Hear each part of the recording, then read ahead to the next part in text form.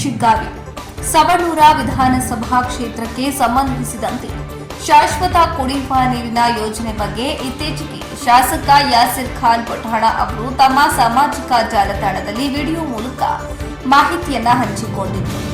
ಅವರು ತಮ್ಮ ನಾಯಕತ್ವದಲ್ಲಿ ಶಿಗ್ಗಾವಿ, ಬಂಕಾಪುರ ಹಾಗೂ ಸವಣೂರ ಪಟ್ಟಣಗಳಿಗೆ ಸುಮಾರು 361 ಕೋಟಿ ಮೌಲ್ಯದ ಶಾಶ್ವತ ಕುಡಿಯುವ ನೀರಿನ ಯೋಜನೆಗೆ ಮುಖ್ಯಮಂತ್ರಿ ಸಿದ್ದರಾಮಯ್ಯ ನೇತೃತ್ವದ ರಾಜ್ಯ ಸರ್ಕಾರ ಸಚಿವ ಸಂಪುಟದಲ್ಲಿ ಅನುಮೋದನೆ ನೀಡಿದೆ ಎಂದು ತಿಳಿಸಿದ್ದಾರೆ.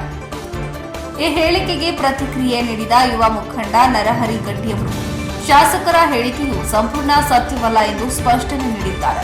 ಅವರ ಪ್ರಕಾರ ಈ ಯೋಜನೆ ಹೊಸದು ಅಲ್ಲ, ಇದು ಕೇಂದ್ರ ಸರ್ಕಾರದ ಅಮೃತ 2 ಯೋಜನೆಯ ಭಾಗವಾಗಿದ್ದು ಕೇಂದ್ರ ಮತ್ತು ರಾಜ್ಯ ಸರ್ಕಾರಗಳು ತಲಾ ಅರ್ಧ ಭಾಗದ ವೆಚ್ಚವನ್ನು ಹೊರುತ್ತಿದೆ.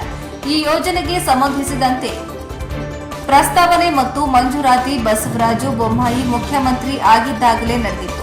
ಆ ಅವಧಿಯಲ್ಲಿ ಕೇಂದ್ರ ಸಚಿವ ಪ್ರಹ್ಲಾದ ಜೋಶಿಯವರ ಸಹಕಾರದೊಂದಿಗೆ ಕೇಂದ್ರ ಸರ್ಕಾರದಿಂದ ಅನುಮೋದನೆ ದೊರೆತಿತ್ತು. ಅಖಂಡ ಕರ್ನಾಟಕ ನಗರಗಳಿಗೆ ಸುಮಾರು 7,800 ಕೋಟಿ ಅನುದಾನವನ್ನ ಬೊಮ್ಮಾಯಿ ಸರ್ಕಾರ ಒದಗಿಸಿತ್ತು. ಇದೀಗ ದೊರೆತಿರುವುದು ಕೇವಲ ಆಡಳಿತಾತ್ಮಕ ಅನುಮೋದನೆ ಮಾತ್ರ.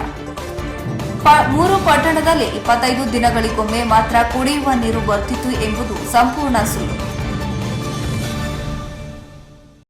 2008 ಪೂರ್ವದಲ್ಲಿ ಶಿಗ್ಗಾವಿ ಸವಣೂರ ಕ್ಷೇತ್ರದಲ್ಲಿ ನೀರಿನ ಸಮಸ್ಯೆ ಇದ್ದದ್ದು ನಿಜ. ಆದರೆ ಬಸವರಾಜ ಬೊಮ್ಮಾಯಿ ಅವರು ಕ್ಷೇತ್ರಕ್ಕೆ ಬಂದ ನಂತರ ಆ ಜ್ವಲಂತ ಸಮಸ್ಯೆಯನ್ನ ಬಗೆಹರಿಸಿ ನೂರಾರು ಕೆರೆ ಕಟ್ಟೆಗಳನ್ನು ತುಂಬಿಸಿ ಜನತೆಗೆ ಶಾಶ್ವತ ಪರಿಹಾರ ನೀಡಿತು. ಕ್ಷೇತ್ರದ ಜನರು ಅವರನ್ನ ಆಧುನಿಕ ಭಗೀರಥ ಎಂದು ಕೊಂಡಾಡಿದ್ದಾರೆ. ನರಹರಿ ಕಟ್ಟಿ ಅವರು ಮನವಿ ಮಾಡುತ್ತಾ ಜನಪ್ರತಿನಿಧಿಗಳು ನಿಖರ ಮಾಹಿತಿ ಹಂಚಿಕೊಳ್ಳುವುದು ಅತ್ಯಗತ್ಯ. ಜನರಲ್ಲಿ ತಪ್ಪು ಕಲ್ಪನೆ ಮೂಡಿಸುವ ಬದಲು ಹಿಂದಿನ ಸರ್ಕಾರದ ಪ್ರಯತ್ನಗಳಿಗೂ ಗೌರವ ನೀಡುತ್ತಾ ಯೋಜನೆಗಳ ನಿಜ ಸ್ವರೂಪವನ್ನ ಜನತೆಗೆ ತಲುಪಿಸಬೇಕು ಎಂದು ತಿಳಿಸಿದರು. ಇನ್ನು ಈ ಸಂದರ್ಭದಲ್ಲಿ ತಾಲೂಕು ಅಧ್ಯಕ್ಷರಾದ ವಿಶ್ವನಾಥ ಹರವಿ, ಮುಖಂಡರಾದ ಶಿವಾನಂದ ಮ್ಯಾಗೇರಿ, ದೇವಣ್ಣ ಚಾಕಲಬ್ಬಿ, ಹೊನ್ನಪ್ಪ ಹೂಗಾರ, ಶಿವಾನಂದ ಸೊಬರದ ಪಕ್ಷದ ಮುಖಂಡರು ಉಪಸ್ಥಿತರಿದ್ದರು. ವರದಿ ಮಲ್ಲಿಕಾರ್ಜುನ ಶಿಕಾವ.